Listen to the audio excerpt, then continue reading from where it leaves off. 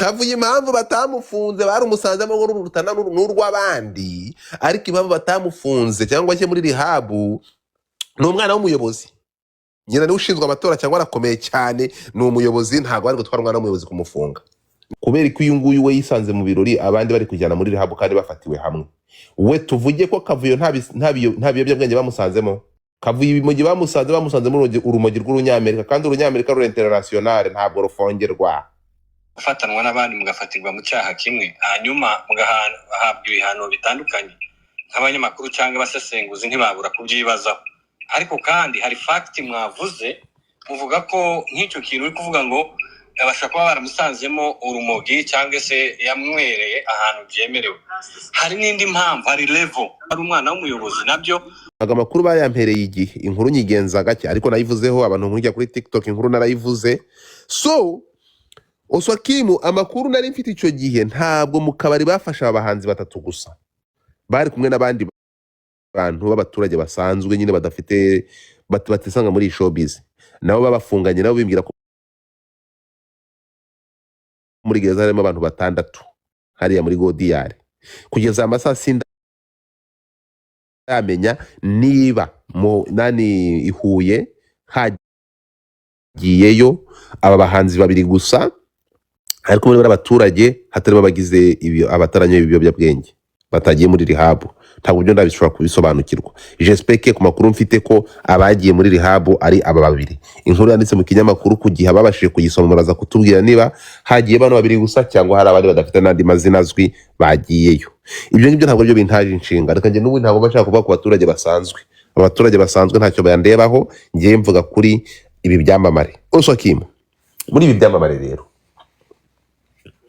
byafashwe ari 3. Twasigaye tubetinga iyo mu gikari, abantu bavuga bati reka da, babona Kavuyo ntabwo baza gufungwa kuko uru rumogi bakoresha mu bihugu babamo bemerewe kurukoresha. Ndavuga nti ntabwo byumvikana. Abandi bahita baza barambwira ati Godfather, ntabwo aba bantu bari buze gufungwa, barajyanwa muri rihabu. Abandi batireka da, dore mu bantu bambwiye ko abantu bari bujye muri rihabu ngo uyu Jihad ari hano, ati aba bantu baraza kujyanwa muri rihabu, ntabwo benda gufungwa. Ndabaza, nasigaye nibaza, ndavuga nti no, niba basangamo urumogi kandi bateye Akavuyo mu kabari bagasanga bakoresha urumogi, aba bantu baragezwa imbere y'inkiko bafungwe, bakatirwe nk'ibisanzwe nkuko abandi bakatirwa. Oswakimu warumbajije ngo ni bande tuzi bafunzwe, kuvugira amazina yabo bikubwire. Fata ku mavuta bamusanzemo ngo igipimo kiri hejuru cy'urumogi, arafungwa. Moses Turahirwa bamusanzemo igipimo cy'urumogi kiri hejuru, arafungwa. Nkubwire n'abandi warumbajije ngo ni bande. Kubera iki abangaba bo bitigeze bigenda uko? Kubera iki batafunzwe cyangwa bakatirwa kandi basanzemo urumogi? Ndakumva. Nakubazaga muri bari 6 abafunzwe none kuko ushaka mustensi uko bafashwe binyuranye n'ibya bafata ku mavuta, binyuranye n'ibya ba Moses, ntabwo ari cyo cyaha cyonyine bari bakurikiranweho. Ikindi cya Moses akurikiranweho ni kihe? Birasaba ko njya gusoma inkuru zivuga kuri dosiye ye, ariko ntago mpamya ko ari ibiyobyabwenge byonyine afungiwe. Yego, ariko uzekezi nuvuga ngo bari abandi bakurikirana, ariko abangaba barakubise bateye akaduruvayo mu kabari. Byo ntabwo bigize ibyaha ko bateje impagarara muri rubanda, bakomerekeje abantu bangahe ku buryo bari kwenda nk'icyaha cyo gukubita no gukomeretsa, kuko inkuru niri yawanditse bavuga ko bananiwe kwishyura. Yego, bandi kunanirwa kwishyura ntabwo babifungira. Okay, ngaho rero ngaho mubwire kubira bintu bibiri ndi kwibaza, ni horo zingiye reka. Hanyuma mumbwire impamvu Kavuyo we atagiye muri rihabu. Nuko nta rumogi bamusanzemo, nuko bamusanzemo urw'urunyamerika, ko none amakuru mfite ko bamusanzemo urwo mu Budage. Urwo mu Budage rujya muri rihabu, urwo muri Amerika ntabwo rwemewe kujya muri rihabu. Mudufashe turanga kugira ngo tumenye. Oswakimu bari dusobanurire. Ariko dufite n'undi munyamakuru niba ugihuze hano, dufite umuntu bita Ramadhan, nawe ntekereza ko amakuru bayakurikiye, niba utaraboneka aze kudufasha. Ramazani nagusuhuje. Yego, Godfather, yego ndimo ndakurikirana neza. Yego. Wenda umuntu we buriya abido akaba ari byo abantu ubundi twe tubona wenda bikeya cyane ugereranije akiba byabereye nyuma y'amarido nibyo byinshi wenda reka mukuru wanjye Sardi arahari rero cyo kujya munyura iruhande ntimuze kubinyura iruhande njyewe murabizi ko ntabangangira nabivuga mu mazina yabyo nabivuga ndabiyonge ya buruma dufata birushaka gutsindira komeza ubitsindire twese turabizi sibyo njye na wenda nanavuga no kuri icyo ngicyo warukomojeho icyo kuba bamwe wenda birumvikana bashaka koherezwa muri rehab abandi bagakatirwa reka nk'uko wari bigarutse kuri kesi za fata ku mavuta na Turahirwa Moses biratandukanye kuko ngire ngo iyo urebye nitabwa muri yombi ryabo n'urubanza n'ukuntu dosiye yakozwe ubugenzacyaha bukakora dosiye bukohereza ubushinjacyaha hanyuma noneho bakajya no kuburana ngira ngo nka Moses ho biba binihariye kuko irebye usanga ni isubiracyaha bo ni situation ziba zinatandukanye nkafata ku mavuta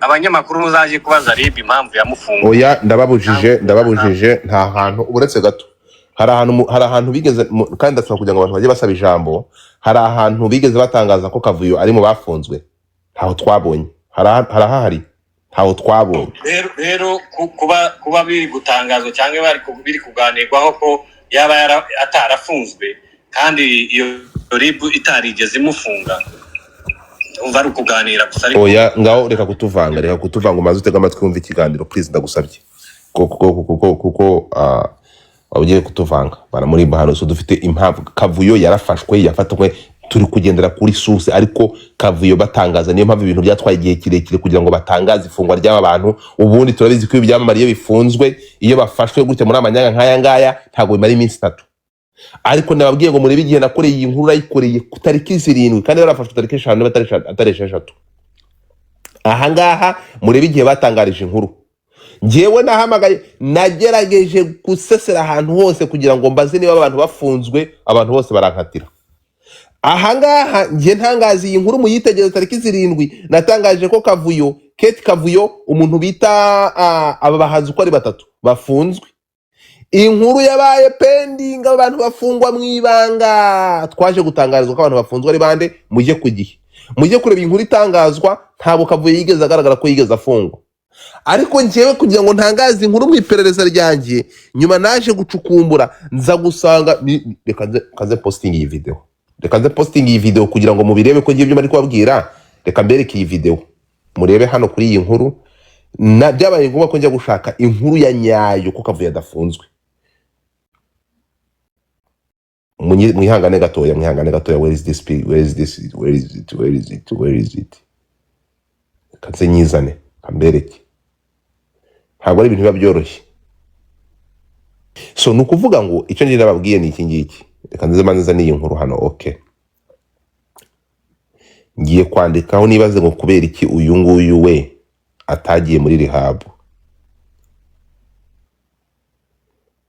muraza kubireba aha ngaha niyo mpamvu iyi nkuru twatinze ngiye natinze nabaye na pending yo kuyivugaho cyane nasigaye mbyibazaho kubera ko uyu nguyu we ndi kumubona mu birori nubwo mu birori nabari gusesera atari kugaragara ariko kubera iki we yisanze ari ku mubiri aha ngaha yaragiye mu birori byo kwa Deben mureke mbereke inkuru kubera ko uyu nguyu we yisanze mu birori abandi bari kujyana muri rehab kandi bafatiwe hamwe we tuvuge ko Kavuyo nta biyobyabwenge bamusanzemo abandi batireka da Kavuyo ibimogi bamusanze muri urumogi rw'urunyamerika kandi urunyamerika ruri international ntabwo rufongerwa uburetse gato twakwibaza akantu gato ngo dufama umwanya nkibaza akantu gato nabaza n'abantu ibivuga ni ukuri kubera yuko gufatanwa n'abandi mugafatirwa mu cyaha kimwe hanyuma mugahabwa ibihano bitandukanye nk'abanyamakuru cyangwa abasesenguzi ntibabura kubyibazaho ariko kandi hari fact mwavuze muvuga ko nk'icyo kintu uri kuvuga ngo abasha kuba baramusanzemo urumogi cyangwa se yamwereye ahantu byemerewe hari n'indi mpamvu hari level nayo muyibazeho hari level y'icyo baba bamwe kuko iyo abantu basangiye ntimumwe bingana hari igihe yaba basanze ari rukeya. Hari n'indi mpamvu muri kwibaza, ashobora kuba ari umwana w'umuyobozi, nabyo iyo offshore nayo irahari, nubwo muyica ku ruhande muvuga hari abavuga ngo amarido, akaba ari ntabwo mu Rwanda nta muntu hejuru y'itegeko, ntabwo umwana w'umuyobozi ibyo ngibyo byaba iturufu yo kutamutwara kujya kumukamura. My friend, uretse gato tuza abana baba minisita bajyanwa iwawa. Ntabwo mu gihugu cy'u Rwanda ushobora kwifashisha icyo uri cyo ngo wowe ngo ibyo bintu bikurengere. Ibintu ni bibiri, bashobora kuba barasanze atari rutarimo turi kumwe, ariko simpamya ko bashobora kugera ngo kuko ngo kuba ari umwana w'umuyobozi ibyo ngibyo ntabwo ibyo ngibyo bishobora kuba excuse. Niba bitabaye excuse kubera iki none agaragara hariya kuri hari aho nabonye ugaragaza video ari inyuma y'amarido atagaragara mu biro. Icyo nacyo wakibazaho, kandi yaravuzweho gufatirwa ibiyobyabwenge. No, ahangaha rero njyewe ahangaha urukumva, njyewe nkimara naragiye ndavuga ntibishoboka bite ko Kavuye we ari hanze. Abantu bakambwira ati Kavuye ari hanze, dore ngiyi video. Erega ndagenda ngakurura, dore ngiyo video nagiye kuyihiga, dore ngiyo video ahangaha. Ariko murabona ko no muri iyi video Kavuyo yari yihishe, yaragifite kimwaro, murabona ko yihishe, ntabwo ari kugaragara neza. Naragiye akavido ndagakurura ngo koco ngako, ariko murabona ko ahangaha kimara gufungurwa, urabona ko no kugaragara mu bantu byari bikimuteye ipfunwe. Muri kubibona muri iyo video aho ngaho ntabwo ari kugaragara imbere y'abantu. Kavuye byagenze gute kugira ngo yisange we adashobora kujya muri rehab? Nuko ibi ngibi nibyo nibazaho rero ku kintu kimwe, ariko ntabwo turamenya impamvu. Wasanga baramusanzemo nta rumugana afite muri we, kuko nta muntu wagize arusangira nawe. Wasanga wowe yarafunzwe muri ako Kavuyo k'ibyo ngibyo, kuko hari n'abandi bagiye bari kurirwara kuri station ya polisi bagasanga we nta kiyobyabwenge kimurimo. Abangaba batwaye muri rehab bakabasanga bafitemo ikiyobyabwenge. Abandi batireka da ngo ni inkuru zo mu bamotari bati Kavuyo yarari muri urumogi bamusanzemo, ariko bamusanzemo urw'Urunyamerika, urumva ko ruri international, ntabwo yagombaga gufungwa. Abo ni bamwe. Abandi batireka da ntabwo Kavuyo yagombaga gufungwa kuko n'umwana w'umuyobozi. Ntabwo bivuga kuvuga ngo tunyire nyuma ngo nyuma y'amarido y'amaridiki, bavuga ati nyina wa Kavuyo arakomeye, ntabwo bari gutwara umwana w'umuyobozi muri rehab. Ntabwo ibyo ngibyo byaba excuse, ntabwo byaba excuse. Ntacyo waba uri cyo cyatuma batagufungwa. So rero ahangaha kuri iyi kese munyemerere akangaka tuse nk'abakirengagije, tuvuge ko dupretendinge ko Kavuyo we nta rumogi bamusanzemo. Siko bimeze. Icyo ni ikibazo cya mbere ndi kwibaza, nako iyo ngiyo ni point ya mbere. Naho icyo kuvuga ngo tubyumvikane Jihad we sasa hari umuntu unyandikiye, yego, arambwira ati uwo bafashe arimo kunywa. Akasobanurira ko ndajya banyandikira. Nawe bakwandikiye ko batajya banyandikira ngo munyizeye mwabantu ngo muri kwandikira so kimwe. Ureba DM yawe urabibonamo. Nje mwanyandikiye, mwagiye munyandikira murakamenya nuko akora ikiganiro. Uko kumenya mutwima amakuru, muje mutwima amakuru cyo tubivuga ngo abantu bari kwivuga mu mihanda, kandi ntabwo babisa neza. Muje muduha amakuru, tuvuga amakuru dufitiye ibintu biranijya. Komeza. Yego, yagize ati uwo bafashe ari kunywa ibiyobyabwenge red handed akorerwa dosiye agakurikiranwa, gusa haba nubwo babanza kugupima. Iyo bafashe mbese neza akaboko kari mu mufuka, ubwo ebana bakujyana kugufunga.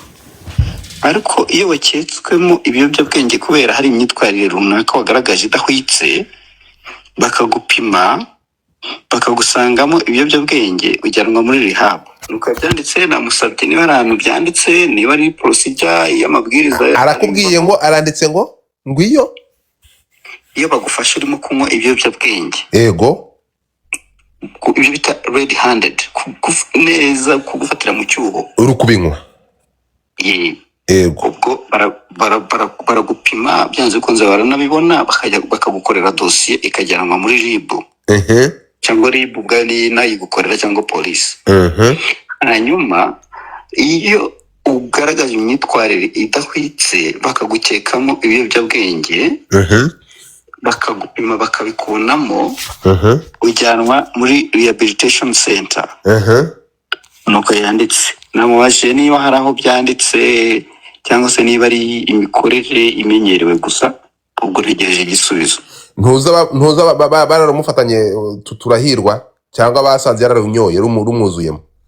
ko banavuga ko yarumwereye muri ntuza muri Suisse, ni bari muri Suisse, ni bari hehe?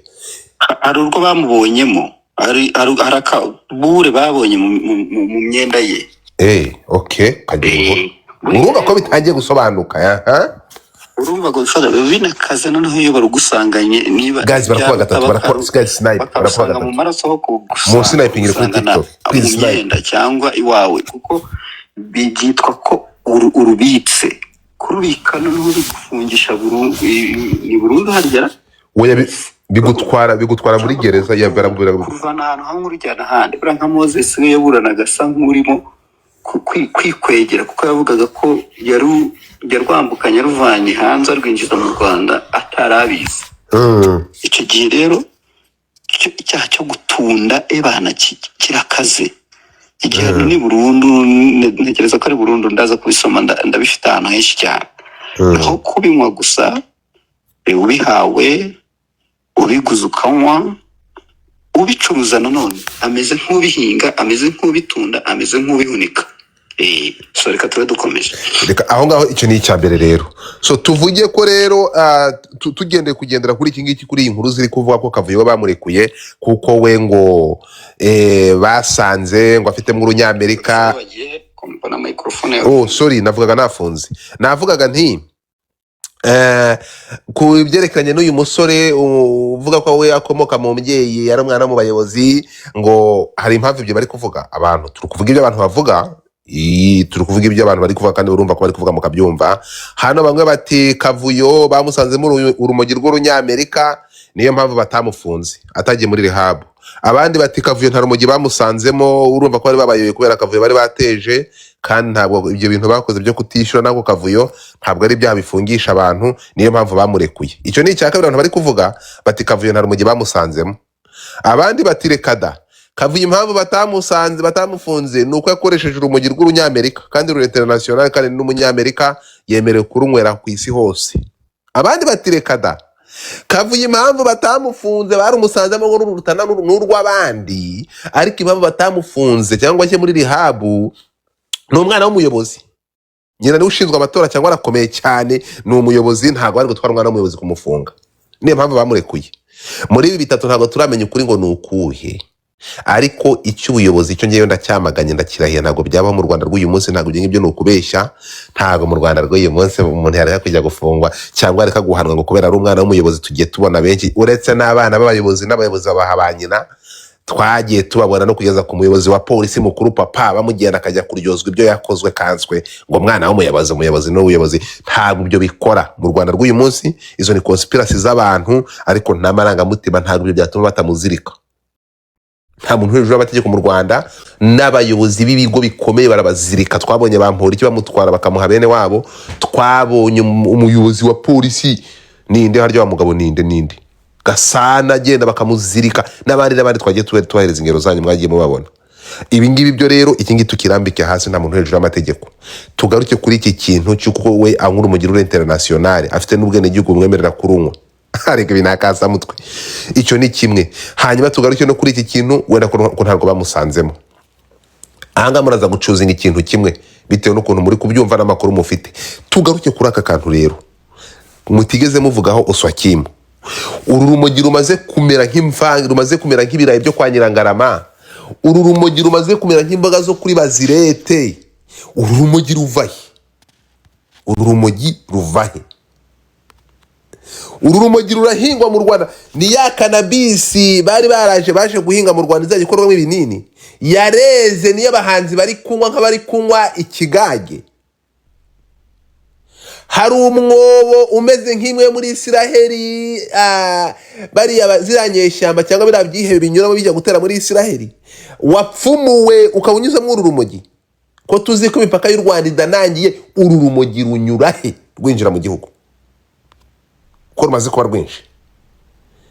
Iyi kanabisi inyura he? Kuko n'izina ry'Imana unyura ku mwana w'umukobwa bakamusanga mu rumogi, ukanyura ku musore bakamusanga mu rumogi, ukanyura n'abasaza batangira bapime Oswaki nanga bazasanga rubarimo. Kuko biratangaje, maze kwa too much. Nta muhanzi utanga urumogi. Uru rumogi runyura he rwinjira? Mbere yuko tureba iki kintu muze kukitubwira. Yego. uvuze ngo imipaka iratanangiye ariko ntabwo u Rwanda rufite ibikuta, ntabwo imipaka y'u Rwanda yubakishije ibikuta. Ikindi buriya urumogi ruranahingwa, imbere mu gihugu rwahingwa kandi rukera, kandi si ngombwa ya mirima yandi leta izi. Icya gatatu, ntabwo nzi niba mu nkuru barasobanuye ku mugaragaro ko ibyo babasanzemo ari ibiyobyabwenge by'urumogi, kuko bishobora kuba n'ibindi. Uriya muri kiriya uravuze ngo ni ya kokayine iri guca ibintu mu gihugu muri iyi minsi? Ni heroine ahubwo niyo ushobora gutekereza. mugo imwe ntuzapfa yamana ajya kuvana i Bugande. Njye nta nubwo nzi uko isa, ntabwo ndayibona, niyo bayivuze numva ikintu kimeze nk'isesemi kimfashe.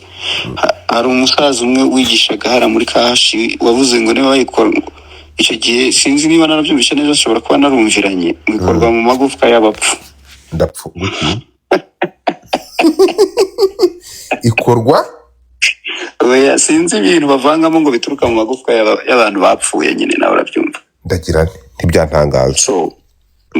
Hanyuma buriya iriya kiriya kigo cy'ihuye ni icya RBC ifatanije na polisi, cyakira abantu bagizwe imbata n'ibiyobyabwenge, ari abanyarumogi bajyayo, ababaswe n'urumogi. Nkurikije inkuru narimo gusoma mu kanya, bari muri 30% bari 38% by'abajyayo, niho abagizwe ingaruzwa muheto na mugo bakaba 34%. Urumva? Hakaza noneho n'abagaritswe bagizwe utubwa n'inzoga. N'inzoga batwarayo, abo inzoga zagize imbata bangana na 31%. Noneho hari n'abandi baba byaratewe n'imiti bagiye bafata, ariko ubu ni bake cyane kuko na 1% ntirigezeho, yemwe na 1 ku gihumbi riragoye kugerwaho. Hanyuma n'abakoresha kokayine nabo bangana na 2 ku gihumbi. Kokayine kandi 2 ku gihumbi. Kokayine bageze mu Rwanda ivuye reka abantu baragenda, u Rwanda ruragendwa ijoro n'amanywa, mugana wa Eric Senderi. So nukuvuga rero ngo ntabwo twahita twemeza ngo ni urumogi babasanzemo, kuko buranamugo abahanzi bamwe mu biyisa abahanzi mu Rwanda barabikoresha. Ikintu kibabaje ni ukubona abantu baba bakiri bato, baberekeye abantu bakiri bato babona kuri televiziyo bakishima ati nzaba nk'akanaka, kumbi byaranze. Twareba ese aba bantu b'abahanzi kuki benshi usanga barabaswe n'ibiyobyabwenge, rwose mubwiza ukuri gudufata ni ikigereranyo mpfuye kwivugira gutya. Aba bantu bitwa ngo ni ibyamamare, cyane cyane bahimba indirimbo, baririmba ku ma stages, si impamya ko ushobora kubonamo 10% batanywa ibintu bintagaza, sinzi, ntabwo bishoboka. Aho naho twahasesengura. Urakoze. Rero ahangaha kwasesengura ibingibi turaza kureba ngo biterwa n'iki, muraza kumubona ngo biterwa n'iki, ariko ntago muri bujye kunzana ku mpamvu bibatera tutarava ku mpamvu Kavuyo watafunzwe. Ntabwo ngenda nanyurwa Kavuyo ko ari kwidegenda. Icya Kavuyo ntekereza ko dukwiye ahubwo nta nubwo ari cyo gutindaho cyane. Nicyo cyo gutindaho. Afite ubuye budahangarwa cyangwa risoba nta biyobyabwenge bamusanzemo. Umva ko hafashwe 6 abajyanwe ihuye muri Isange Rehabilitation Center ni bangaye. Hari amakuru tudafite. Hafunzwe abantu 6 bisanze mu Kavuyo. Yego. Ko kutishyura none n'akavuyo kabereye mu kabari. Birangije barabapima. Mu bantu bapimwe biravugwa ko Kavuyo ari mu bantu basanze baranyoye urumogi rw'Urunyamerika. Urunyamerika ntabwo rwemerewe kujya muri rehab yo mu Rwanda, ntabwo irumetereza. Wumve nuance ngiye gushyiraho n'abandi kuri Space Band baze kwivugaho. Abantu muri kuri TikTok muze kuri Twitter. Kuri TikTok tugende kuri Twitter, muze kuri Twitter. Addicted. Bishobora rero ko umusangamo